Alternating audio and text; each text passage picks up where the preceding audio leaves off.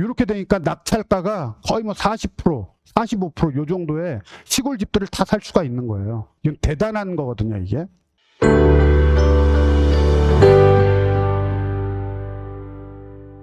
24년 10월 29일 날 가설 건축물 형태의 농촌 체리형 쉼터를 도입 근거를 마련한다. 그리고 수직농장을 농지 전용 없이 농지 위에 설치할 수 있게 한다.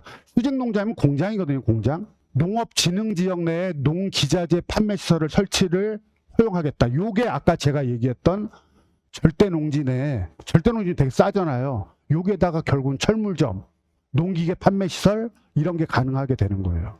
결국은 뭐 철물점 같은 거라고 보시면 돼요. 철물점 같은 거. 그리고 뭐 농지개량 신고 절차를 뭐 간단하게 하겠다. 뭐 이렇게 좀 나오는 거죠. 농업진흥지역 내에 농기자재 판매 가능.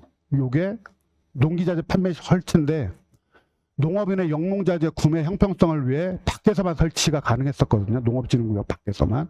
근데 이거를 안에 설치할 수 있게 하겠다.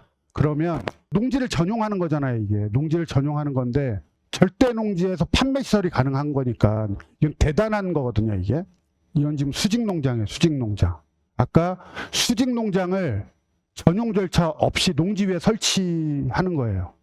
수직농장이면 아까 제가 그냥 공장이라고 그랬잖아요. 보통 농지에다가 공장을 지으려면 농지를 전용을 해야 되잖아요. 근데 농지 전용을 안 해도 되는 거야. 그러면 그냥 하는 거죠. 만약에 농지 전용을 안 하게 되면 농지 부담금 30%를 안 내도 된다는 얘기예요. 식품 공장 같은 걸 만들 때. 이런 거거든요. 이렇게 생긴 거예요. 수직 농장이라는 게. 그리고 컨테이너식으로 이렇게 만들 수도 있다고 하고, 뭐 이런 뭐 스마트팜 같은 것들을 할 수 있게 하겠다고 하는 거죠.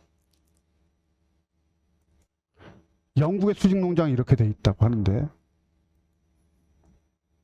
산업단지 입주 허용을 하겠다고 하고 농지 위에 설치하겠다고 하고 그래요. 산업단지면 조금 이따 제가 아파트형 공장 얘기를 하겠지만 아파트형 공장 이런 데다가도 이런 스마트팜 이런 걸 가능하게 하겠다라고 얘기를 하는 거거든요. 산업단지 입주 허용하겠다. 수직농장은 건축물에서 운영되는 공장식 그 작물 재배시설이나 제조업 공장 등으로 입주 자격이 제한된 산업단지에는 입주가 불가했어요. 근데 이거를 작물 재배사 산업단지 입주 하겠다. 이렇게 해가지고 지금 계속 이 얘기를 하고 있는 거거든요. 그 농지 위에도 설치를 할 수 있게 하겠다. 이렇게 얘기를 하는 겁니다. 그래서 컨테이너 형태, 수직농장 가능하게 하고 농지의 효율적 활용하기 위해서 생산성이 높은 수직농장도 이용행위로 인정하겠다. 이렇게 얘기를 하는 거예요. 그러니까 농지에다가 어쨌든 수직농장 이런 거를 하겠다. 이런 얘기입니다.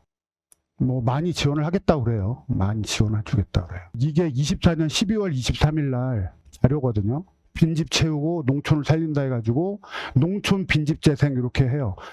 농촌에 이런 빈집들이 너무 많으니까 경매 엄청 나오거든요. 굉장히 싸요. 엄청 싸.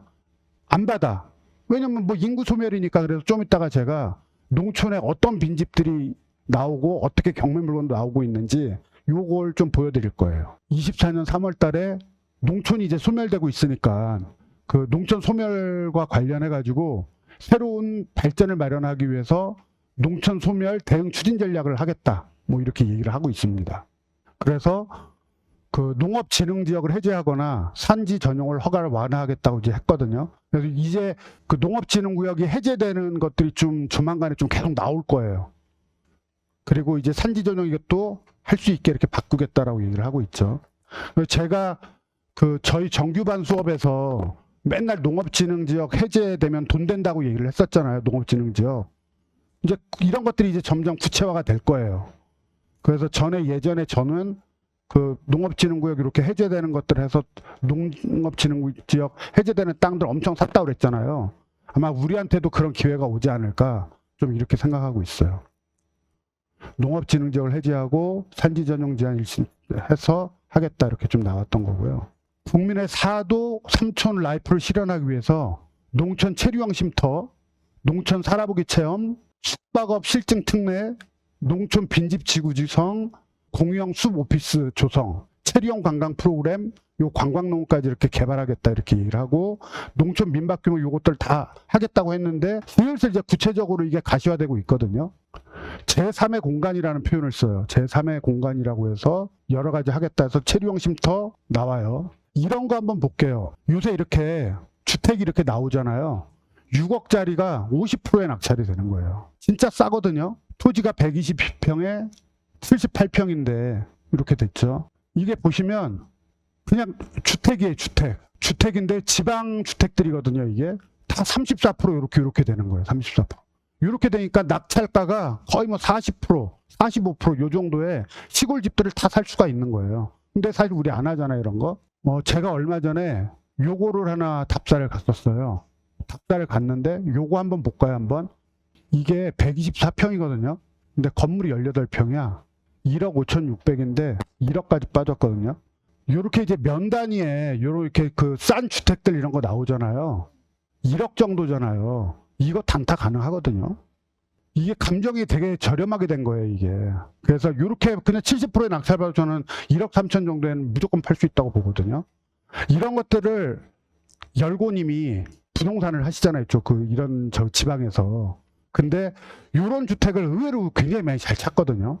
이게 단타 가능해요. 이거 몇천 먹기 되게 쉽고 이렇게 생겼어요. 그냥 이렇게 생겼거든요. 땅도 있고 건물도 있고 이렇게 얘는 맹지고 요 도로로 해서 이렇게 가는 거죠. 지금 18년으로 돼 있잖아요, 그죠? 18년 9월인데 좀 봐야 될 것 같은데요, 그거는 대항력 여부는. 어쨌든 21년 근저당이니까 요거 가서 물어보면 되지 않을까요? 네, 물어보면 될 것 같은데요. 제가 얘를 가서 한번 영상을 한번 찍어 봤거든요. 얘거든요. 여기 위에 땅이고 여기 주차장이 이렇게 있고 차가 일로도 들어갈 수가 있어요. 차가 이렇게 들어갈 수도 있고 마을이죠. 전형적인 농촌 마을이고 얘거든요, 얘. 아까 컨테이너 보였죠. 여기가 바다가 이렇게 가깝거든요. 요게 바다예요, 요게 바다. 예.